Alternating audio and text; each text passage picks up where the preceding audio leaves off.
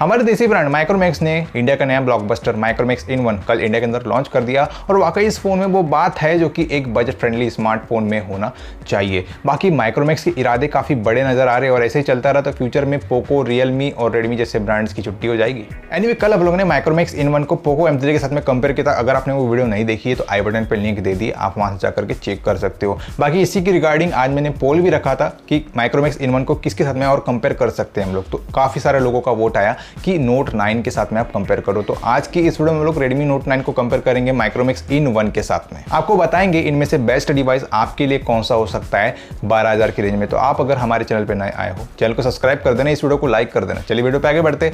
You are watching my YouTube channel Tech Explainer. चलिए जानते हैं कुछ बढ़िया डिजाइन और वेट की। सबसे पहले बात करते हैं दोस्तों, आपको माइक्रोमैक्स इन 1 195 ग्राम का मिलता है, 8.95 mm की थिकनेस मिल जाती है। प्लास्टिक का बैक है, प्लास्टिक का फ्रेम है, रियर माउंटेड फिंगरप्रिंट सेंसर है। Redmi Note 9 की अगर मैं बात करूं 199 ग्राम का वेट मिलता है, 8.9 mm की थिकनेस है, प्लास्टिक का बैक है, प्लास्टिक का फ्रेम है, रियर माउंटेड फिंगरप्रिंट सेंसर है। डिजाइन वाइज अगर देखा जाए दोस्तों तो दोनों ही स्मार्टफोन बेटर है और दोनों ही स्मार्टफोन ने अपने बड़े भाइयों से इंस्पिरेशन ली है डिजाइन को लेकर के। Firstly talk about Micromax in 1, यहाँ पे आपको same to same Micromax in 1 जैसा ही डिजाइन देखने को मिल जाता है। हालांकि थिकनेस वगैरह पे माइक्रोमैक्स ने थोड़ा सा काम किया है। बाकी वर्टिकली 3 कैमरास की हाउसिंग के साथ में बैक पैनल पर एक्स फैक्टर वगैरह नजर आता है। मैटे फिनिश इस बार ऐड की गई है। फ्रंट पैनल पे सेंटर पंच होल है which looks pretty good according to me. Talk about Redmi Note 9 जिसका डिजाइन भी काफी हद तक मिलता जुलता है Redmi Note 9 सीरीज वाले स्मार्टफोन के साथ में।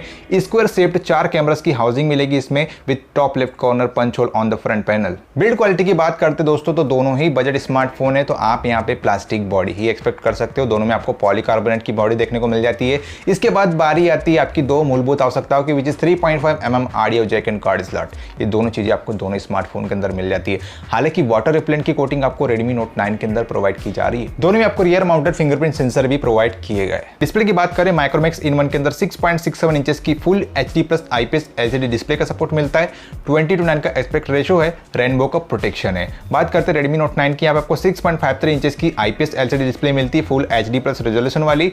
19:5:9 का एस्पेक्ट रेशो मिल जाता है, कॉर्निंग गोरिल्ला ग्लास 5 का प्रोटेक्शन मिलता है। देखो दोनों की डिस्प्ले काफी आइडेंटिकल है in terms of screen panel and screen resolution, but अगर हम लोग स्क्रीन साइज और एस्पेक्ट रेशो को कंसीडर करते हैं उसमें माइक्रोमैक्स इन 1 ऑब्वियसली बेटर निकल के सामने आता है। बट यदि हम लोग डिस्प्ले प्रोटेक्शन की बात करते हैं तो वहां पे आपको Redmi Note 9 बेहतर मिलता है। लेकिन एक बात ध्यान रखने लायक है, 414:8 की ब्राइटनेस आपको मिल जाती है माइक्रोमैक्स इन 1 के साथ में। साथ ही साथ वाइड वाइन L1 का सर्टिफिकेशन भी इस डिवाइस के साथ में आपको मिलता है। मतलब अमेजॉन या फिर नेटफ्लिक्स पे HD कंटेंट वॉच करने के शौकीन हो तो ये चीज़ आपके काम आ सकती है। बाकी जो Redmi Note 9 है उसके अंदर TV रेडलेंट वगैरह का सर्टिफिकेशन मिल जाता है। लेकिन अगर आप ओवरऑल देखोगे तो यहाँ पे आपको माइक्रोमैक्स इन 1 ही बेहतर नजर आएगा। हार्डवेयर एंड सॉफ्टवेयर की बात करते दोस्तों, Helio G80 आपको मिलता है माइक्रोमैक्स इन 1 के अंदर, जो कि आपको 2.0 GHz की मैक्सिमम CPU फ्रीक्वेंसी प्रोवाइड करता है। 12 nm प्रोसेस पे चिपसेट बना हुआ है।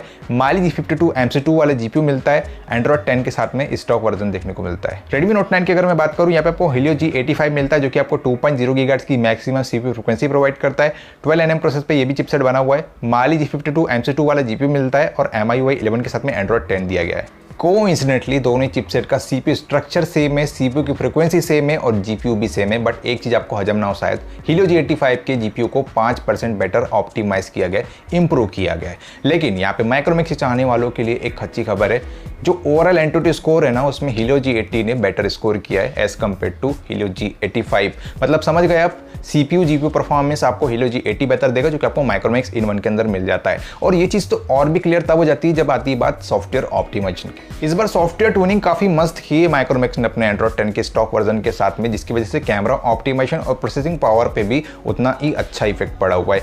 बाकी जो प्रोसेसिंग पावर है वो रिफाइंड होकर के आपको मिल जाती है इस स्मार्टफोन के साथ में। बाकी यदि हम लोग MIUI 12 की बात करते हैं तो ये एक एड्स और ब्लॉटवेयर का मकान है, Android 10 के साथ में आता है। I don't recommend Redmi Note 9 ahead of Micromax in 1। 6/128 वाला वेरिएंट आपको मैक्सिमम रैम और स्टोरेज के रूप में मिल जाता है दोनों स्मार्टफोन के अंदर। कैमरास की बात करते हैं दोस्तों, माइक्रोमैक्स इन 1 में 48 MP का ट्रिपल कैमरा सेटअप मिलता है, 8 MP की सेल्फी मिलती है।